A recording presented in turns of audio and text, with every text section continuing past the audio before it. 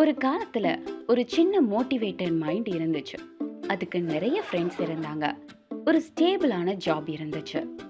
உலகத்தை மாத்த நிறைய நல்ல ஐடியாஸும் இருந்தது.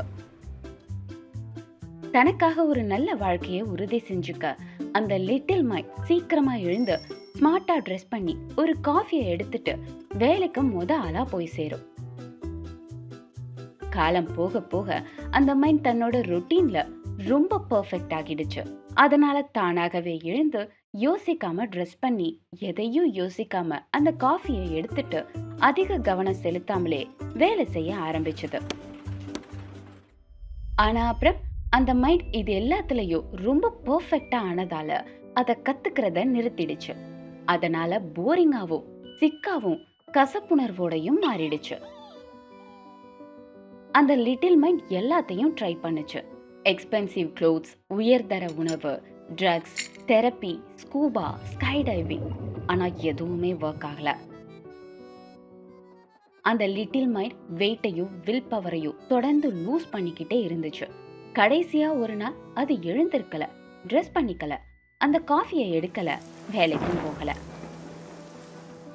அப்போதான் விஷயங்கள் மாறணும்னு அது முடிவு பண்ணுச்சு. எல்லாத்தையும் ஒரே நேரத்துல இல்ல, ஏன்னா அது எப்பவுமே ஒர்க் ஆகாது. அதனால சின்ன சின்ன ஸ்டெப்ஸ்ல அது இன்னும் 5 மினிட்ஸ் முன்னாடி எழுந்திருக்கிறதுல இருந்து ஸ்டார்ட் பண்ண ஆரம்பிச்சது. கொஞ்சம் வித்தியாசமா ட்ரெஸ் பண்ண ஆரம்பிச்சது. ஆனா ரொம்ப இல்ல. அந்த காஃபியை எடுத்துச்சு, ஆனா வெளியே போறதுக்காக இல்ல. அதே மாதிரி கொஞ்சம் கம்மியா வேலை செய்ய ஆரம்பிச்சது. ஒவ்வொரு நாளும் போக போக அந்த லிட்டில் மைண்டுக்கு கொஞ்சம் அதிகமான டைம் கிடைக்க ஆரம்பிச்சது. புதுசா சில விஷயங்களை ட்ரை பண்ண தேவையான டைம், தெரியாதவங்க கிட்ட பேச தேவைப்பட்ட டைம், உலகத்தை மாத்திர அந்த கிரேசி ஐடியாஸ்ல சிலதை ஒர்க் பண்ண டைம் கிடைச்சது. ஒவ்வொரு புதிய எக்ஸ்பீரியன்ஸோடையும் அந்த மைண்ட் இன்னும் ஸ்ட்ராங்கா மாறுச்சு. அது ஒரு புதிய ரொட்டீனை கண்டுபிடிச்சு, புது ஃப்ரெண்ட்ஸை உருவாக்கிச்சு, ஒரு புது பேஷனை டெவலப் பண்ணுச்சு. கடைசியில அந்த லிட்டில் மைண்ட் ஒரு சோல்மேட்டை கூட கண்டுபிடிச்சு ஒரு உண்மையான ஃபேமிலியை உருவாக்குச்சு. ஒரு புது ஜாபையும் ஸ்டார்ட் பண்ணுச்சு. அப்பப்போ அது தன்னோட உழைப்போட பலன்களை பார்த்துட்டே இருக்கும். அதுல ஒண்ணுதான் இந்த சின்ன ஸ்டோரி.